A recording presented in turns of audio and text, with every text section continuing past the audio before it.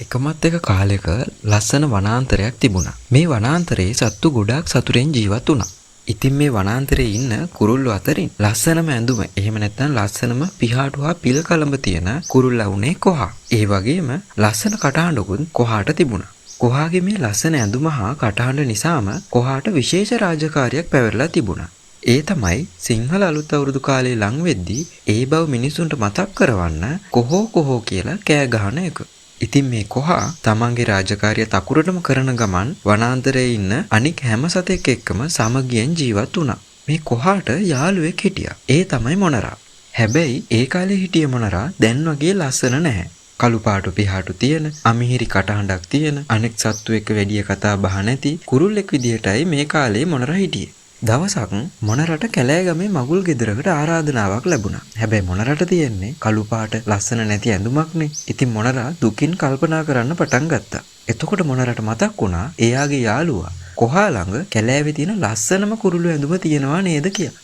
ඉතින් මේ මොනරා ගියා කොහාව හම්බ වෙන්න. කොහා මුණ ගැහිලා මොනරා තමන්ගේ ප්‍රශ්නේ කියලා කොහාගෙන් උදව්වක් ඉල්ලනවා. ඒ මගුල් ගෙදරට ඇඳගෙන යන්න කොහාගේ ලස්සන ඇඳුම දවස් කීපයකට ඉල්ල ගන්න එක. අපේ කොහා හිත හොඳ කෙනානේ. තමන්ගේ යාළුවා උදව්වක් ඉල්ලුවම නොදීත් බෑනේ. ඉතින් මගුල් ගෙදර ඉවර වුණ ගමන් ආපහු ගෙනත් දෙන්න කියන පොරොන්දුවෙන් කොහා තමන්ගේ ලස්සන ඇඳුම මොනරට දෙනවා. ඔන්න දැන් කොහා ඇඳන් ඉන්නේ මොනරගේ කළු පාට ඇඳුම. මොනරා ඇඳන් ඉන්නේ කොහාගේ නිල් පාට ලස්සන ඇඳුම.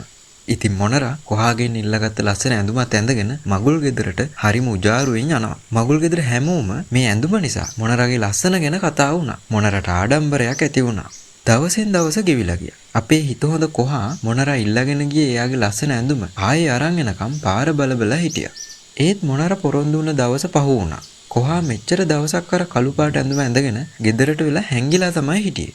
මොනරා ඉල්ලගත්ත ඇඳුම තවමත් ගෙනත් දුන්නේ නැති නිසා කොහා ගෙදරින් එළියට ඇවිත් මොනරාගේ ගෙදර යන්න පිටත් වුණා. කොහා මොනරාගේ ගෙදරට ගිහින් තමන්ගේ ඇඳුම ආයේ දෙන්න කියලා මොනරාගෙන් ඉල්ලුවා. ඒත් අපේ මේ නපුරු ආඩම්බර මොනරා කොහාගේ ඇඳුම ආයේ දෙන්න කැමති වුණේ නැහැ.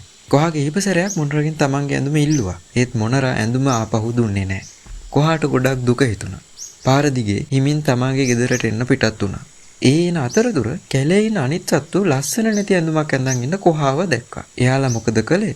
අපේ කොහාට විහිළු කරා. ඉතින් කොහාට තවත් දුක හිතුණා. කොහා ඉක්මනින් ගෙදර ඇවිත් තනියම ඉන්න හිතාගත්තා. හැබැයි කවදාවත් කොහා අමතක කළේ නැහැ යාට පැවරුණු රාජකාරිය. ඒ තමයි අවුරුදු ගාලේ ලං වුණාම ඒ බව මිනිස්සුන්ට මතක් කරවන්න කොහෝ කියලා කෑ ගහන එක. මේ නිසයි කොහා අවුරුදු කාලයට විතර කැලෑවෙන් එළියට ඇවිත් අවුරුදු පණිවිඩය බෙදලා ආයෙත් හැංගිලා ඉන්නේ. ඉතින් ඔන්න ඔහොමයි මිහිරි කටහඬක් තියෙන කොහාට ලස්සන නැති ඇඳුමක් ලැබිලා අමිහිරි කටහඬක් තියෙන මොනරට ලස්සන ඇඳුමක් ලැබුණේ.